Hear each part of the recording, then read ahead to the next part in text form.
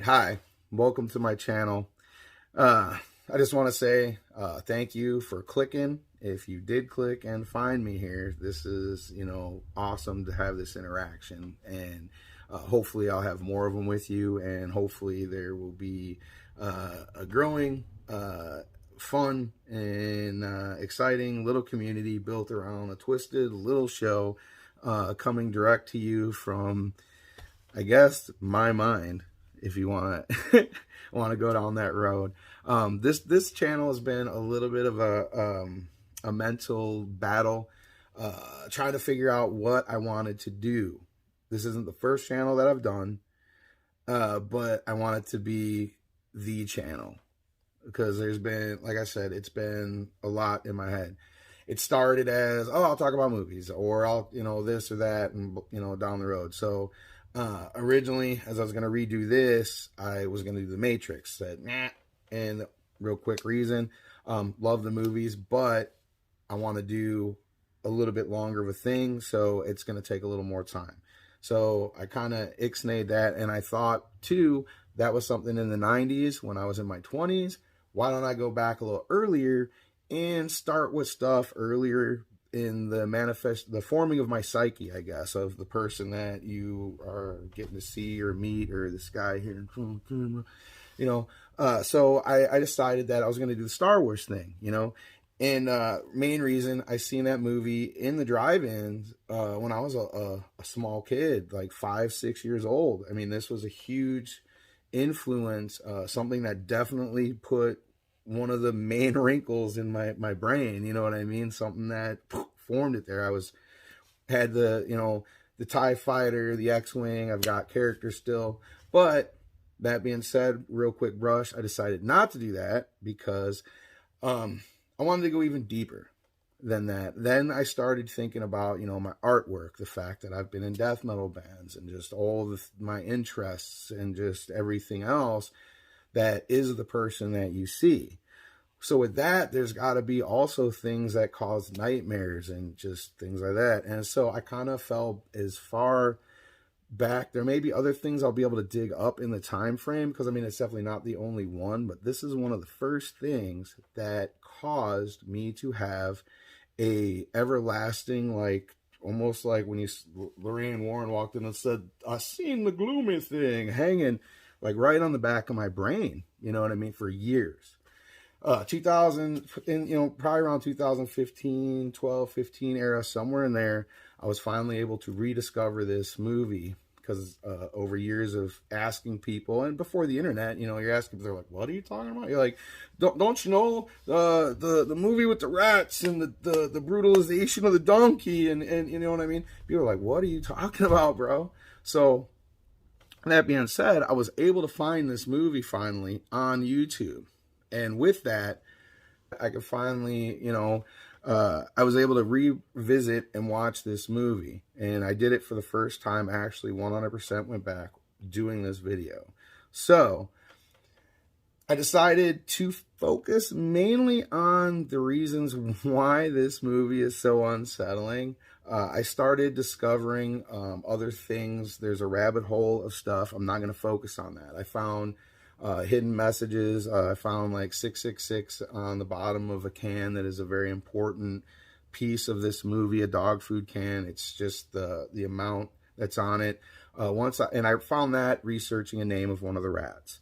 After finding that, because it was like during my second run through, I started noticing other things. Now, I kind of noticed them at a glance, but I really didn't give them too much of a mind. But there's like a yes to migrant sign at the end of this, very big and broad. And I don't know what country, if there's any association with this, like I said, because one of the things about this movie is it is from the same company that did Hello Kitty.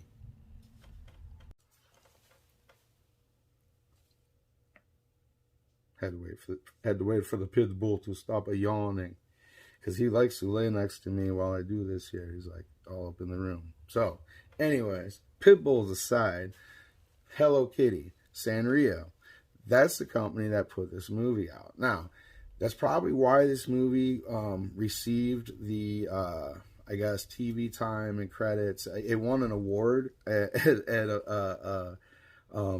kids film festival or family film festival. There was a lot of push on this. They were pushing this thing to be like the next Disney type movie. Everything, they included talks of Pinocchio and other movies, saying it was going to stand proudly next to these things. And it was also pushing it that it was going to introduce you to this whole array of these new characters that were all bright and happy. And if you go watch these trailers, now I'm going to actually put the link down inside the comments where everybody puts the stuff. Being the old guy on the web, I'm going to put a link there for the trailers, because you got to watch these things, especially when you put the way they try to push these things. And even watching the trailer, you could tell they were like, we got to find some kind of footage that we can use that isn't like creepy. And yeah, they had a hard time, because it's not really any of the stuff doesn't seem that upbeat at all in these movie trailers. So, and then also, I'm going to put in a link in the bottom, because I encourage people to go watch this movie, because I am only going to highlight a couple like pieces of this. I'm not going to get super, super deep. I'm basically just going to stick to the darkest moments of this movie, mainly because I'm trying to focus on, like I said, the things that caused me the memory trauma type issues and stuff. So we're going to go down that route. All right. So, this movie begins real fast, not even 30 seconds. It's your classic, just the art style is very Ralph Bakshi. I would say his name wrong. I'm horrible with that. Look up Wizards, look up Cats, or not Cats, look up Fritz the Cat, look up Mighty Mouse, the reboot. You'll know exactly what I'm talking about. Here's a little bit of his artwork. I'm going to throw him right here, Wizards, and I'll throw in Fritz the Cat, a couple quick things. So, that aside, you get to see the inside of a toy shop. All the animals and everything everything's a very just off-putting kind of, like I said, artwork, animation, very off-putting songs. That leads you to the point to where, you learn the rules of being a wind-up toy. The toy gets broke, ends up in the trash.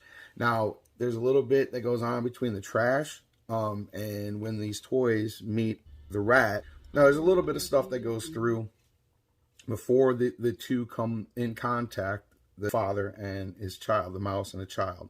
They're a toy that's connected at the hands that gets broke and ends up in this adventure that we're following now. It's a book from 1967, okay? Rat gets his hands on him. They think he's kind of this nice guy that's trying to help him out. We end up in this whole area. You get introduced to a frog that is their main, I guess, travel companion, if that's what you want to call it. There's a whole scenario later where he gives them a fortune. I'm not going to give too much in it. It's like an in-between scenario. He gives two fortunes at the first point. The frog is initially established as a fraud. So when he gives these fortunes, it's supposed to be something. So first he gives the two mice a fortune after this whole scene. The baby mouse, the baby mouse, what do you want if you see, something in the future? He's like, I want to be married to a pink elephant, or I want my mother to be a pink elephant, which is a recurring character in this that he doesn't know at the time.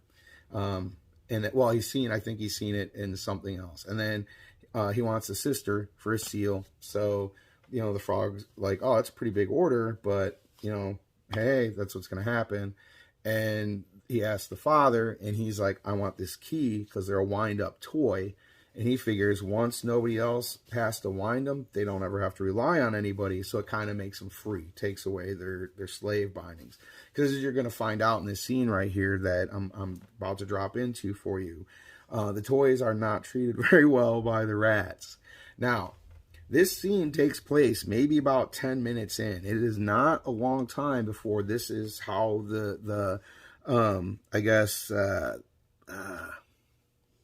how the atmosphere and the ride of this movie is going to be set for you.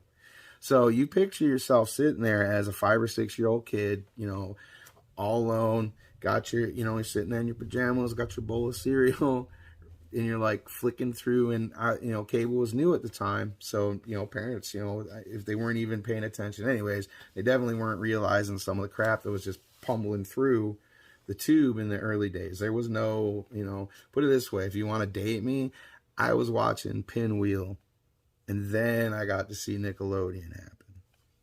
So any nerds out there that know that reference will understand at this time I was watching Pinwheel on TV. This is the same era.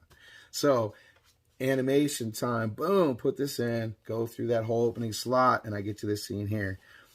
These two mice are brought into a dark area, and this rat comes in with these other toys, and these toys are kind of busted up and clanking in.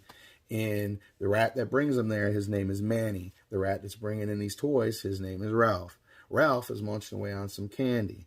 He talks about how they had a great day, except for the donkey isn't even worth a jelly bean, as he eats a jelly bean.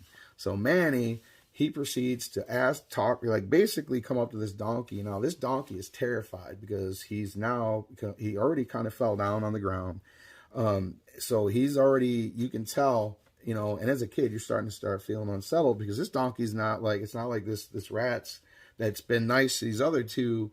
Why is this donkey freaking out? You know what I mean? You can feel that as a kid, especially in the stranger danger era, you know what I mean? So the rat Manny, he goes over and he starts going through the whole thing about, it seems like you're not happy with your job. Seems like, you're not putting your thing in, while he's inspecting them and pulling his pieces apart. Because he's a slinky type donkey with wooden chunks, and he's hinged together so that he doesn't, you know what I mean? And the donkey's like, no, I can work. And Manny's like, I don't know. I think you need to be retired. And he calls over the other rat, Ralph, and tells him, unhinge him. And right there, Ralph just appears with his wrench, walks up with that thing down, and you get this scenario where the donkey's freaking out, and he's basically crippled. He can't do much about it. He's trying to pull himself away with his front hoofs. His back half doesn't work. And this rat comes down on him, and it fades into, as he starts to beat and disassemble and break this donkey who is crying and pleading and freaking out.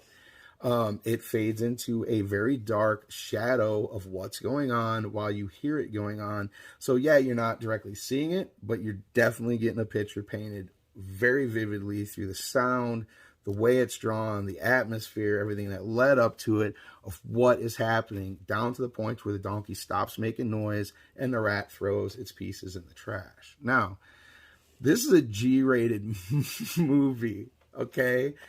This is, I will give this scene a very close to the type of scene that you would see in Scarface. If you were to take a chunk of this out and remove the sound of the chainsaw while the dude was getting dismembered, yep, you got cartoon version of it without the blood, man. This was definitely a setup, a very hardcore scenario. And this painted what was to be the rest of this movie. Now, me being a kid, man, I sat there watching it because what the hell, you know what I mean? Now I'm like riveted, frozen. What's going on here? I got to find out what's up, because right after that happens, the two mice are like, you're not a good dude. And he's like, bingo, suckers. Now, this dude's like a theater kind of nerd. So it's like, it reminds me of the dude the main character from Blood-Sucking Freaks. If you don't know what that movie is, check that out. It's Blood-Sucking Freaks.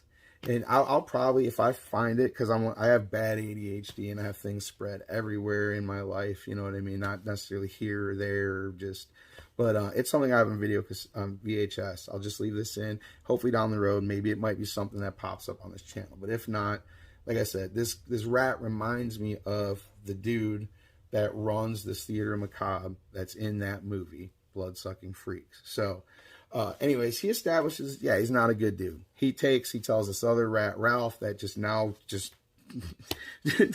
mangled and dismembered this other thing that was a sentient life form with no emotion. That's what I'm saying. There's even a point later in this movie where the rat even talks about how he can't be the bad guy because toys are just toys, even though they're clearly sentient beings in this universe.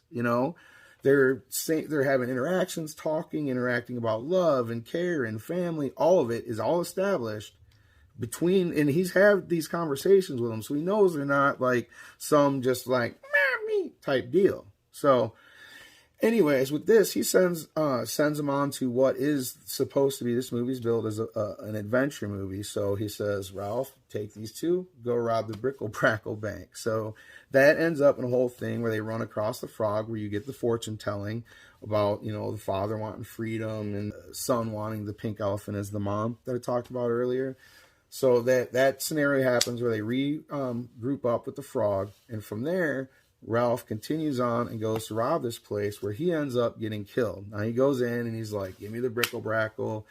There's a squirrel behind a little like wooden, like made of sticks, like kind of teller thing. No bottom, no door. So I mean, it's like totally pointless, straight up, you know. And he's like, okay, hold on a minute. And he starts poking this stick, which is the security system. There's a badger on the inside. When the rat, you know, he thinks he's getting his goods, goes in there, snaps shut, you know, and they make a little joke. Dude burps, rat's gone. So we're past this one major scene and stuff. And what basically happens from here down the road is there's like a few different scenarios of interaction between different characters.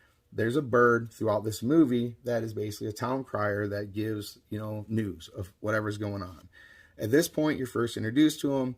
Manny finds out through the bird giving the town crier thing that they are now free, that the rat died in the robbery, and they're on their way with the frog. So with this, he puts on his badass pants, you know, and this is, like I said, this is theater, dude, and they make this dude out to be like a hoss. I'm not going to tell you that word may date me. I don't give a shit. It's not even something I like ever even used. But, dude, this dude straight up hops in this little red car in his little like red scarf, you know, books it down, and it's a little toy wind-up car, books down, robs this bank, just walks in, pretends he's old. He's like, oh, I want to make a withdrawal.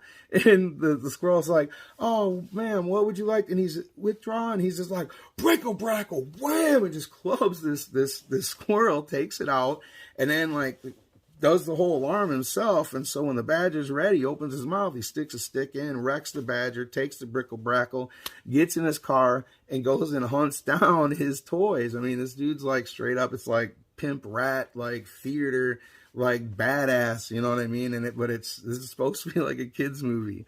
So he's on his way. There's a whole nother confrontation where, you know, he finally catches him. He like slaps the frog around, pretty much takes the mice, dares the frog to take them, you know, and in this whole scenario, there's another fortune told, because the frog, you know, just looks at him. He's like, would you like me to tell your future, your fortune? And the rat snidely looks at him. He's like, yeah, why not? Because I'm like the only one here that has one. So the frog gives him his fortune at this point, about a dog that will rise and a rat will fall. Now, the reason I put all that in there is because the dog is on the can of food that has the 666 on it, and this is also part of one of the scarier things that just embedded in my head, okay? So these guys at this point is where they kind of separate again, because they're giving the fortune. These mice come running over the hill. Shrews are after them. There's a whole little scenario where the shrews are trying to eat everybody. Then these white ferrets get involved, and they're trying to eat everybody.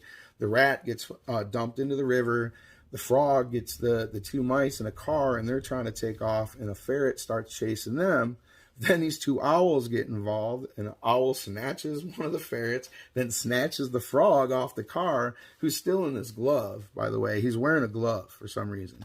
So they, you know, then they're off, and the car wrecks, and we have our mice and the two mice again that are connected by hands laying on the ice, helpless once again.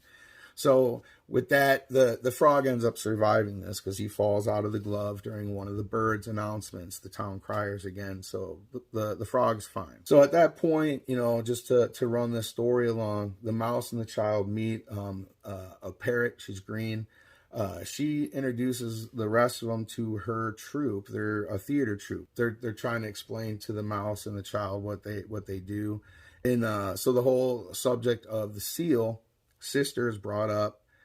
Turns out the crow and them know the seal. She ditched the troupe to go off with a muskrat, who's another major part of this later, but it's like a weird major part.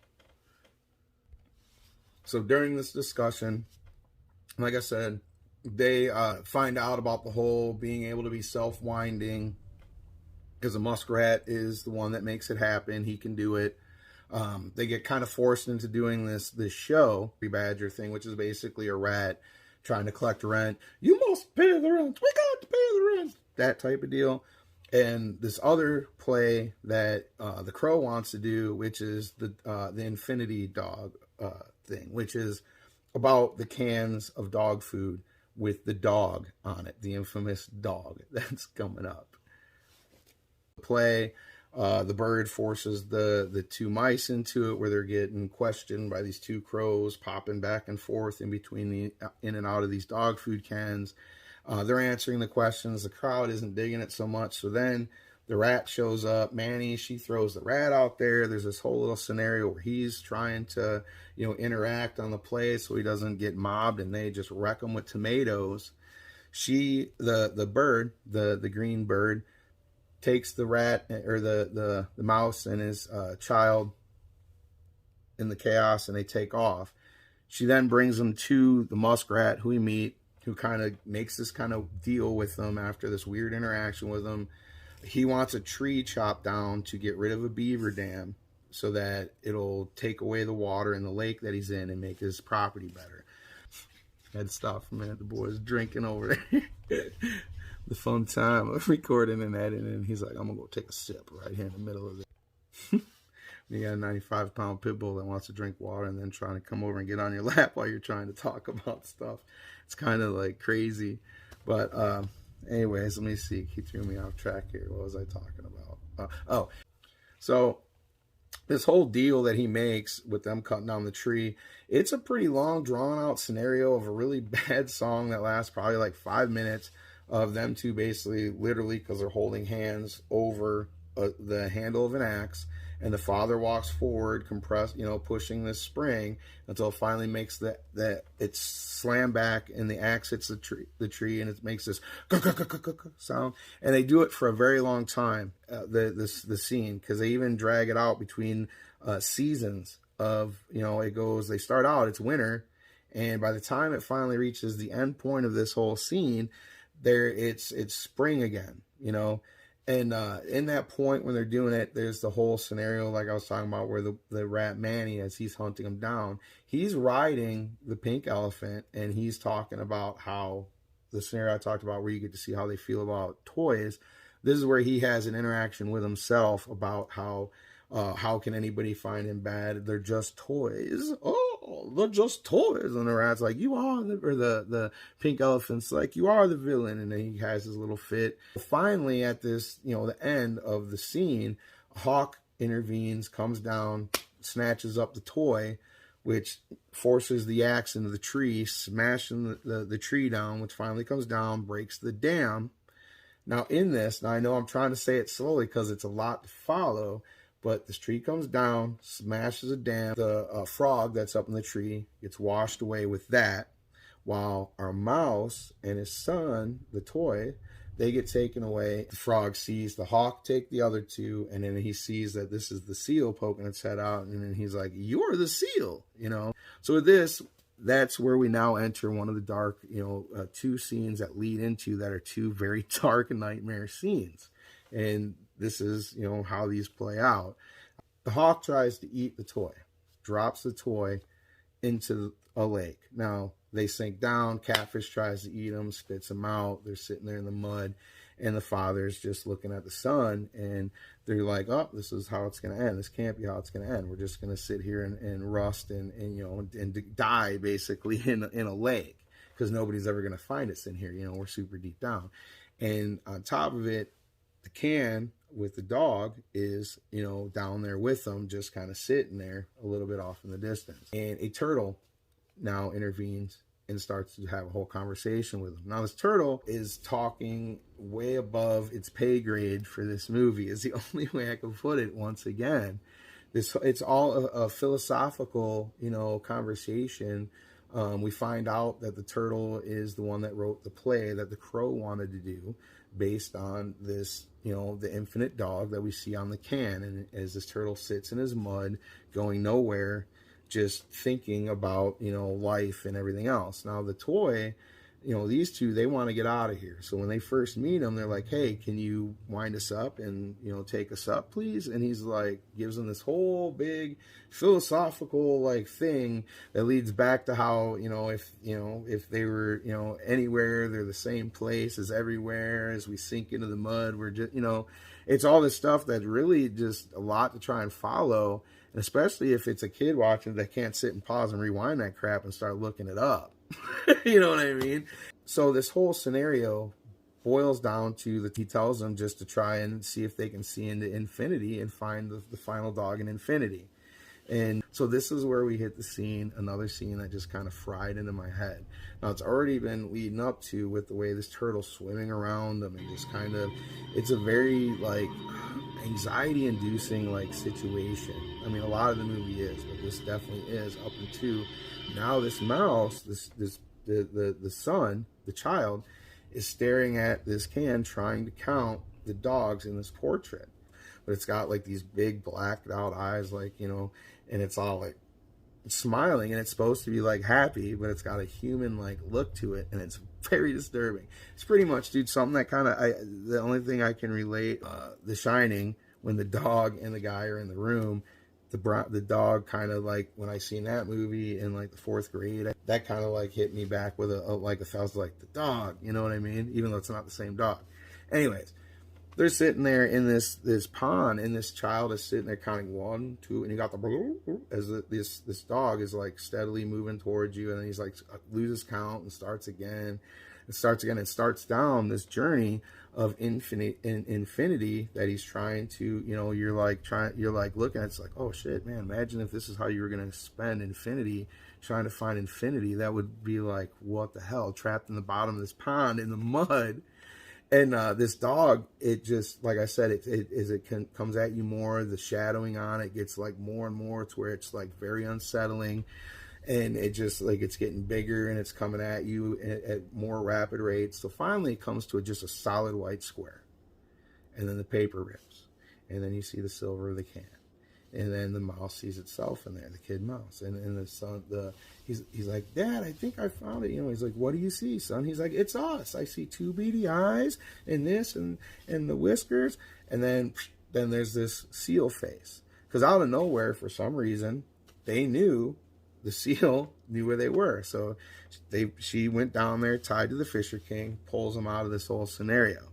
Now, with this, they come out and everybody's like, yes, woo, we found everybody. And this is, through this whole movie, there's really not any brightly lit, things. So they come out in this part, and you are like, all right, hey, here we go. Finally they made it through this crap. This is all over, and you're stoked because, I mean, literally, like I said, it's a beautiful beach. I mean, it went to like this big, huge flowers that they painted and used nice, vibrant colors. So I know these people knew how to make happy.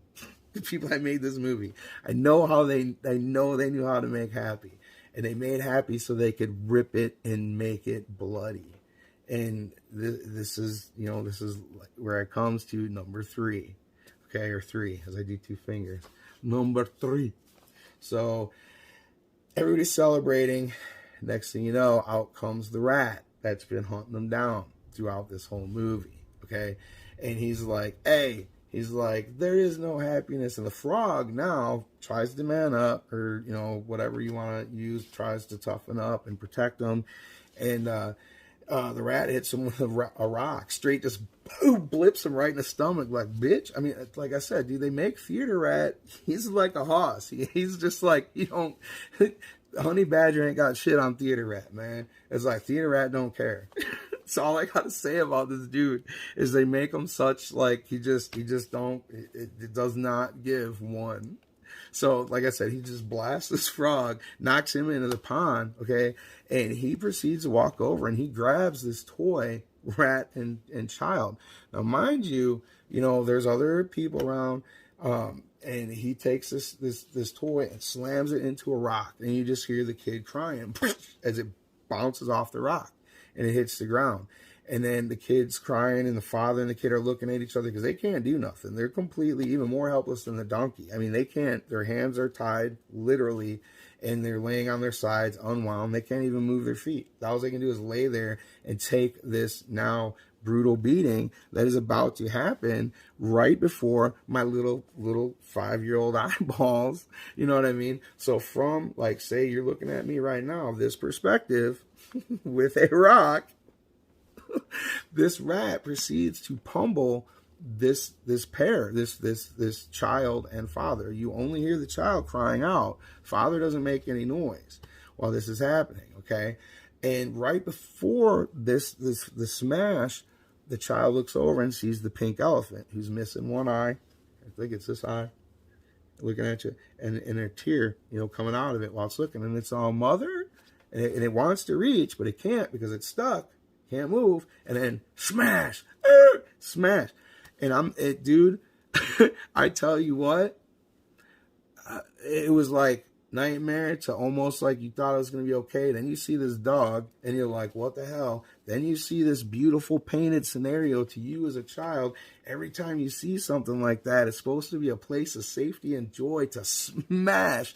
And this rat literally then starts digging around in it, but it doesn't, you just see it, like I said, from my perspective, your perspective looking at me. And then it's like, it slinks away, realizing what it did. Now it feels bad.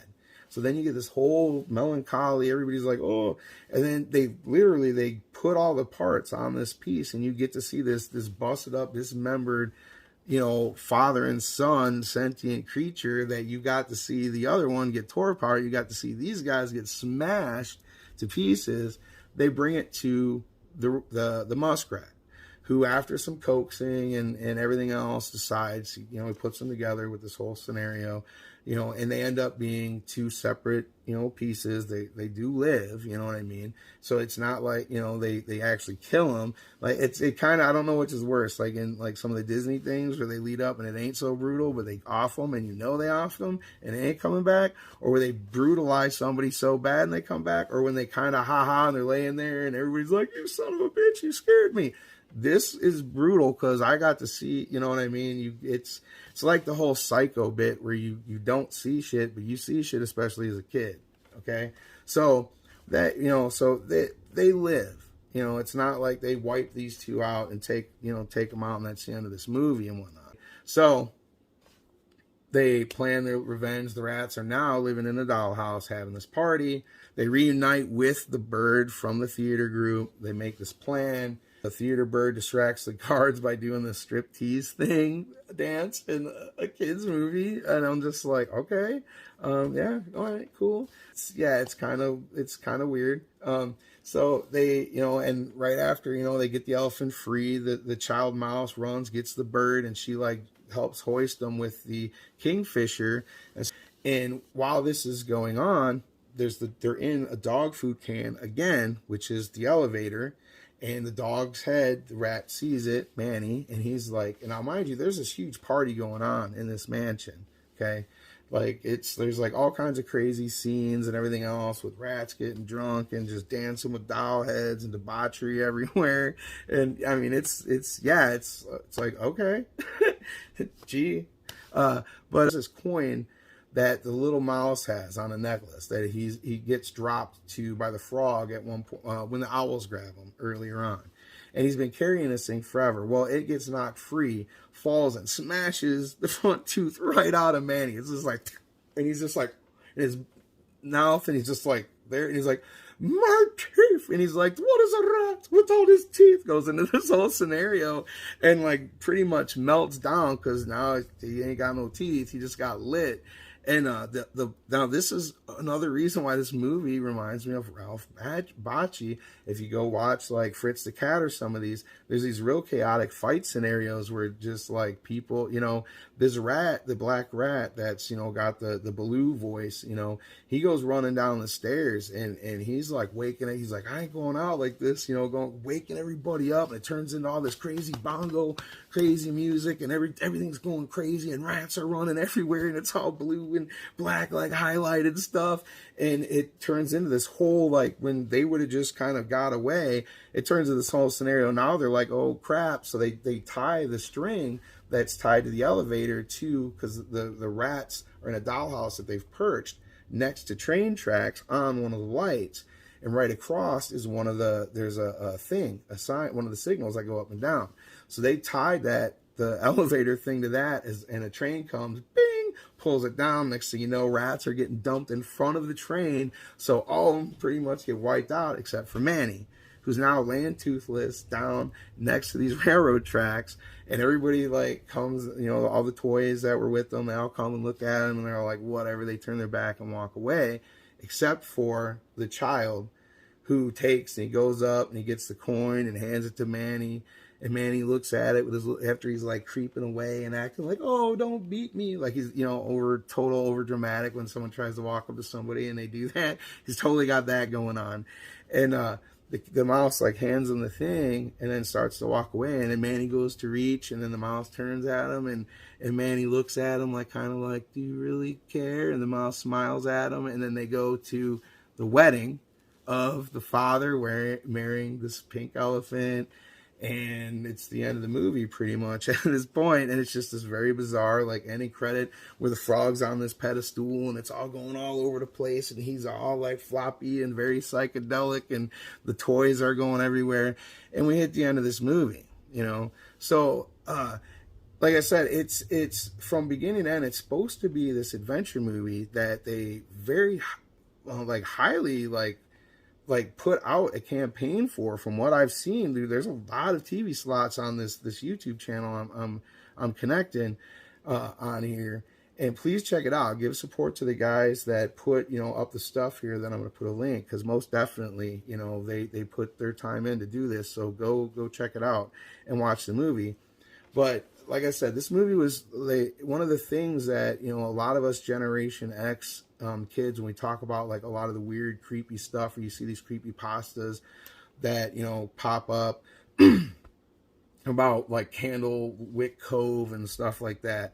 A lot of those things are just kind of more, sometimes either more elaborated versions, or I bet you, man, people like around my age that watch this stuff, and it was just like some like Sidman Sea Monster or some other kind of intense, hokey stuff that was collaged together with some of the weird, crazy shows and stuff they used to just put at us as children's entertainment growing up. So anyways, I'm going to get off this, and I hope you enjoy my first video. I'm going to get this all edited up for you guys. I don't know why I'm telling you that, because by the time you see it, it'll already be edited, and this will be like stupid time travel crap or something magic. So anyways, I'm going to go get to this, get it up for you guys, and I hope you enjoy this, and I will definitely be posting a lot more, and I really, you know, like I said, this is a channel meant to be a place of a positive place for everybody to come. I'm trying to make fun out of like just, you know, some of the stuff that, you know, makes us us. You know, this is going to be a channel kind of giving you guys a little poke into what makes me. And down the road, you know, if I, you know, get a chance and we interact, man, you guys throw me some ideas. Let me know some stuff, you know, that, you know, set little, you know, either made you, you know, better, or gave you a little bit of a, you know, a scar that you had to find or hunt out, or, you know, just an oddity. I like to keep stuff at like more like weirder, like oddities and stuff, but like, you know, within sci-fi, horror, all that stuff. I mean, it doesn't really have to be, but, you know, that's, you know, the basis of what I'm rolling with. But I'm down to talk about anything that interacts or has added or, you know, altered or changed or caused some kind of influence in somebody's life enough to where they want to share it and talk about it. You know what I mean? So till next time, I'll see you guys later. This is The Liquid Tongue. Have a good night. Have a good time. Stay positive, and I will see you soon.